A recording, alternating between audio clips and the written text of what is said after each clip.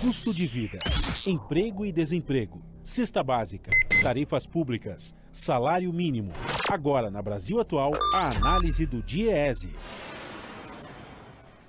E nós vamos conversar agora com o supervisor do escritório do DIEESE em São Paulo, Vitor Pagani.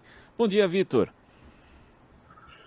Bom dia, Glauco. Bom dia, ouvintes. Vitor, foram divulgados ontem os dados oficiais sobre os empregos formais ativos no país pelo Ministério do Trabalho e da Previdência. E, segundo esses dados, aqui ao todo foram 8.472.949 estabelecimentos que declararam a chamada RAIS, né, a Relação Anual de Informações Sociais, no ano de 2021. E segundo esses dados, o estoque de emprego formal identificado no país foi de 48.728.871 vínculos, um aumento de 3,37% em relação a 2020. Como que você viu esses dados, Vitor? Como é que a gente pode analisar a situação do emprego formal a partir deles no Brasil?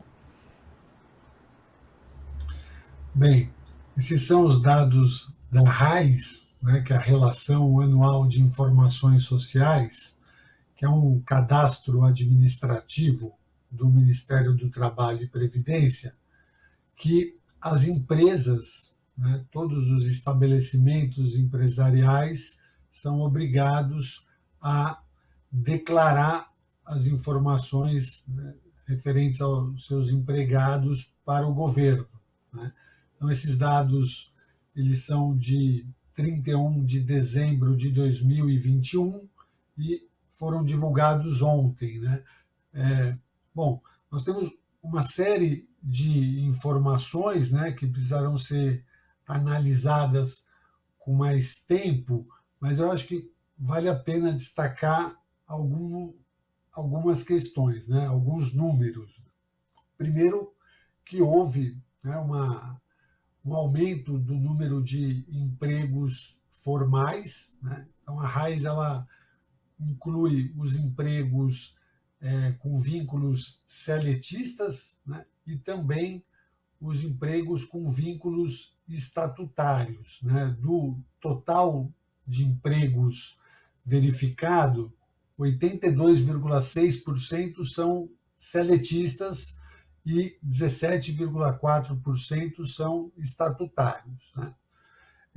E a gente observa que houve um crescimento do emprego ao longo do ano de 2021, né? Então, houve a recuperação dos empregos perdidos em 2020, né, o ano mais crítico, né, da pandemia, ou com os impactos mais agudos da pandemia no mercado de trabalho. E esse crescimento se deu em todas as regiões, com destaque para a região Nordeste e também em praticamente todos os setores, né, com destaque para o setor da construção civil, né? Mas cresceu também a indústria e os serviços, né, que é o setor com maior número de empregos, né? Então, desse total que a gente mencionou, mais de 27,4 milhões dos empregos estão nos setores de serviços, né? A gente observa também que o trabalhador empregado ele está mais escolarizado, né? Então, a gente tem mais da metade, 51,5% dos trabalhadores com ensino médio completo, temos outros 23,2% com ensino superior completo. No entanto, Glauco, quando a gente olha para o dado de remuneração, a gente observa que há uma queda da remuneração média, né? Então, a remuneração média em 2021 ela ficou em R$ 3.488, um valor que é 3,8% menor do que o verificado em 2020, quando a gente considera o valor real, né, que faz considera também a inflação, né?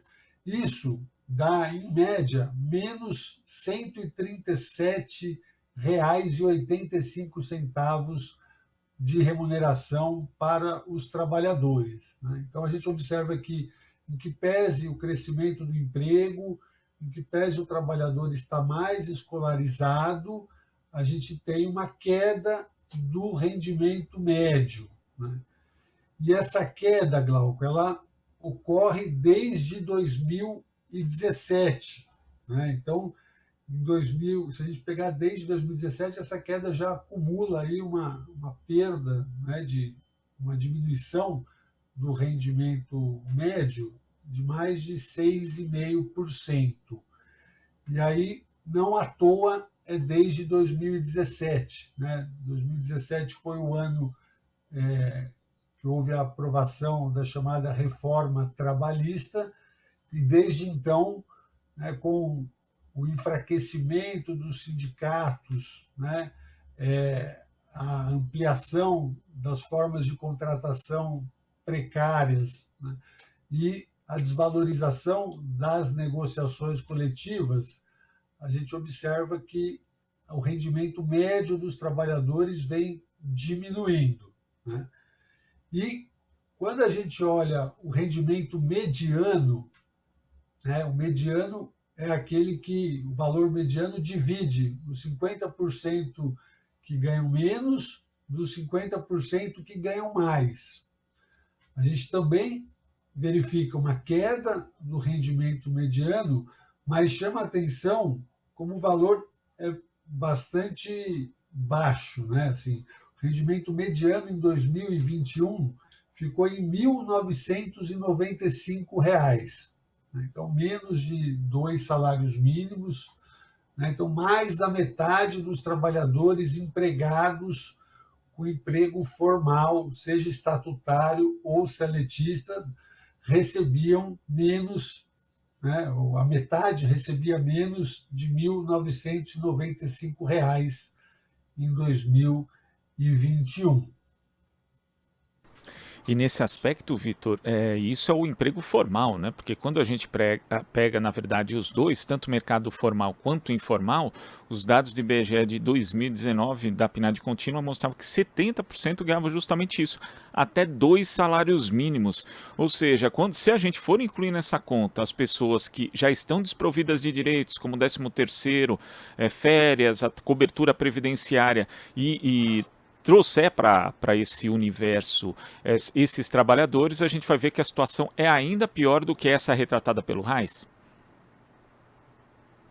Exatamente, né? Na Reis a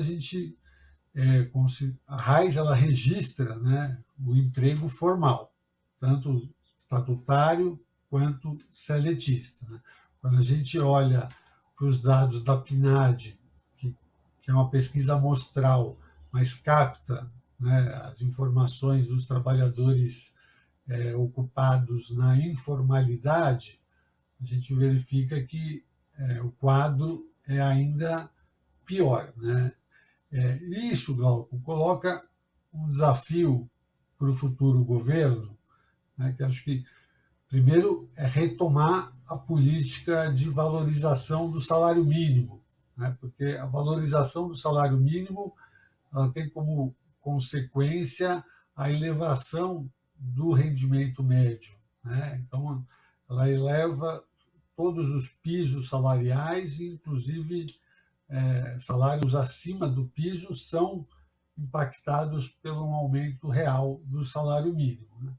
O segundo ponto é rever aspectos da chamada reforma trabalhista, no sentido de fortalecer as entidades sindicais e valorizar as negociações coletivas, né?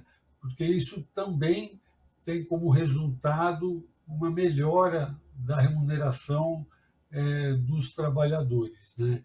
Então, são 2 pontos que precisam ser tratados logo nos primeiros meses de governo, né? Tanto a retomada da política de valorização do salário mínimo, quanto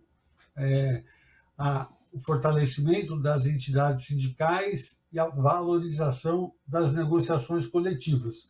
Junto a isso, eu acrescentaria um terceiro ponto, que você mencionou ao falar da informalidade, né, que é uma revisão que permita a ampliação da proteção social, né, proteção previdenciária, trabalhista, para os trabalhadores que se encontram na informalidade, né? Então, é preciso que a reforma seja revista para que a gente caminhe no sentido da universalização dos direitos, né, do acesso à seguridade e à previdência social. Então nós temos vários desafios, né, Vitor? Realmente não vai ser muito fácil a vida do novo governo, mas é necessário aumentar essas possibilidades mesmo de formalização, ainda buscar a elevação da renda mínima, do rendimento médio do trabalhador e, junto com isso, na verdade, a política de valorização do salário mínimo, né, que, como você mencionou, inclusive, ela acaba tendo esse efeito rebote, ela traz os outros rendimentos que estão acima do salário mínimo também tem esse efeito de acabar sendo valorizados. Agora, também existem segmentos específicos que foram mais castigados pela questão do emprego e da renda, Vitor, em especial nesse período da pandemia, né, que são as mulheres e também os jovens, né? Alguns segmentos vão ter que ter uma atenção maior na hora de se elaborar políticas públicas de geração de emprego e renda, Vitor? É necessário, né? Tanto políticas específicas para a inclusão das mulheres no mercado de trabalho e também a redução das desigualdades salariais que ainda existem, né? A gente observa que houve uma redução na desigualdade, mas ela ainda é bastante expressiva, né? E também a inclusão dos jovens, né? Principalmente para fazer a transição, né, entre a escola, né, o ensino médio, o ensino profissionalizante, tecnológico, as faculdades, universidades e o mercado de trabalho, né? A gente verifica que há um aumento da escolaridade, né, do trabalhador, porém isso não se reflete, né, em melhoria da remuneração e também das oportunidades de emprego, né? Então, é preciso um olhar específico para esses dois segmentos. Eu acrescentaria também para a população negra, né, políticas de combate ao racismo no mercado de trabalho também são fundamentais, né? Vitor, queria agradecer a sua participação aqui no Jornal Brasil Atual de hoje. Até a próxima. Até a próxima, Glauco. Bom dia. Bom dia. Conversamos aqui com o supervisor do escritório do Diese em São Paulo, Vitor Pagani.